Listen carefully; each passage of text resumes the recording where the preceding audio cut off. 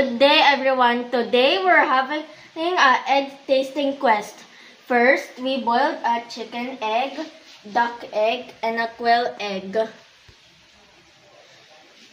The chicken egg was 12 minutes, the duck egg was 14 minutes, and the quail egg was 10 minutes. So now let's taste these 3 different boiled eggs from 3 different birds.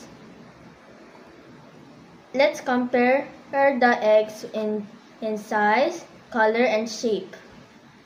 But first, let's compare the sizes of these 3 eggs. The first one is a boiled quail egg. A boiled quail egg is very small. A chicken egg is medium size. A duck egg is much larger than a chicken egg. Next is the color.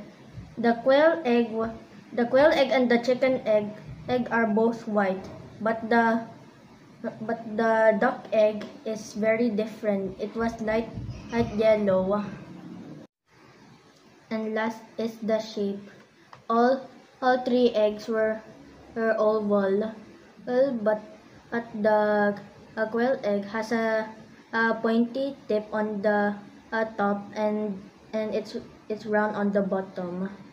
And now it's time to taste the eggs!